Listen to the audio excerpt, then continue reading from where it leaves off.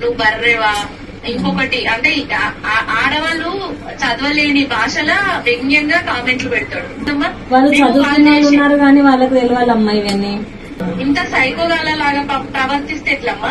ఇప్పుడు మాకేంటంటే police complaint ఇవ్వచ్చు, సరే అదేమవుతుందా అని.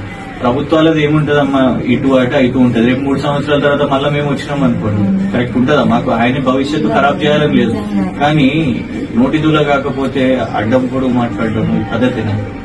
ఎందుకంటే వాళ్ళ అబ్బాయి ఏం చేస్తుండో వాళ్ళ నాయనకి తెలియాలి కదా. ఓటర్ ఐడీలో వాళ్ళ నాన్న ఏజ్ చూసినా 65 ఎంతో ఉంటాడు.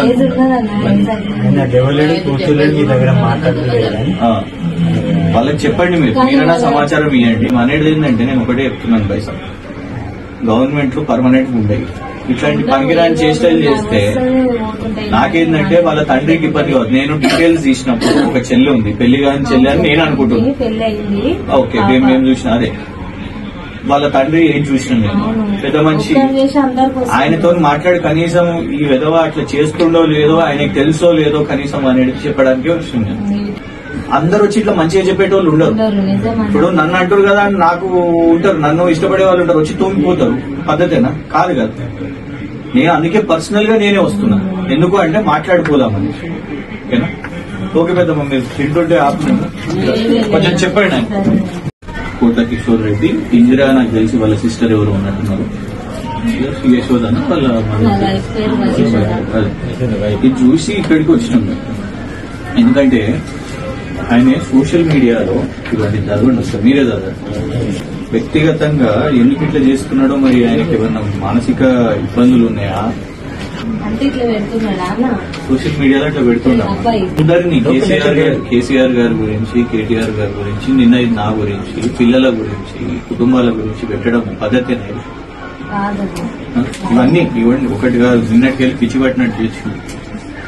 ఇప్పుడు మాకేంటంటే మేము పోలీస్ కంప్లైంట్ ఇవ్వచ్చు, సరే అదేమవుతుందా అని. ప్రభుత్వాలది ఏముంటదమ్మా, ఇటు అటు ఇటు ఉంటది. రేపు 3 సంవత్సరాల తర్వాత మళ్ళీ మేము వచ్చినాం అనుకోండి, కరెక్ట్ ఉంటదా? మాకు ఆయన భవిష్యత్తు ఖరాబ్ చేయాలని లేదు, కానీ నోటిదూల కాకపోతే అడ్డం కూడా మాట్లాడడం పద్ధతినా? ఎందుకంటే వాళ్ళ అబ్బాయి ఏం చేస్తుండో వాళ్ళ నాయనకి తెలియాలి కదా. ఓటర్ ఐడీలో వాళ్ళ నాన్న ఏజ్ చూసినా 65 ఎంతో ఉంటాడు.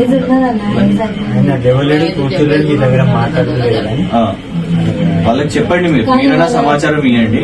అబ్బాయి ఏం చేస్తుండో. ఇంకా చెప్తాను, ఇవే కాదు, నిన్న రాత్రి ట్విట్టర్ లో ఏదో ఆడియో అది ఒకటి ఉంటది, స్పేసెస్ అని అంటారు, గలీజ్ బూతులు అంట. మరి తాగుతుండా, డ్రగ్స్ తీసుకుంటుండా మాకు తెలియదు, చిల్లర మాట. నేను ఇంకా కొన్నే చూపెడుతున్నా మీకు. ఇన్ని వెళ్తాయి ఆయన రోజు. అచ్చా, మీకు జస్ట్ ఒకటి వినిపిస్తాను. అసలు వాళ్ళ ఫాదర్ ఉంటే ఒక అమ్మాయి కూడా మాట్లాడతా అని చెప్పింది. తను ఒక మహిళా నాయకురాలు. ఆమెను ఏమని కమెంట్ పెట్టిండో మీరు చూడాలి. ఆమెనే మాట్లాడుతుంది, జస్ట్ వినండి. ఆమెకు నిన్ననో మొన్ననో పెట్టిండంట కమెంట్, పబ్లిక్ గా. ఇదంతా పబ్లిక్ కనబడుతుంది. ఆమె కూడా అక్కడి నుంచి వస్తానన్నది. పర్లేదమ్మా, మరి ఈ రాత్రి ఎందుకు వస్తావు? అమ్మ, మేము ఇక్కడికి వచ్చినాము, వెంకటరెడ్డి గారి అడ్రస్ కి వచ్చినాము. సరే, మేము చెప్పినాము కొంచెము వాళ్ళ అబ్బాయి ఏం చేస్తుండో తెలవాలి వాళ్ళకు అనేది. ఒకసారి నీతో ఏం చేసిండో నువ్వు చెప్పు. వాళ్ళ లేడీస్ కూడా ఉన్నారు, నువ్వు చెప్పు ఏం చేసిండో, ఏం కామెంట్ చేసిండు.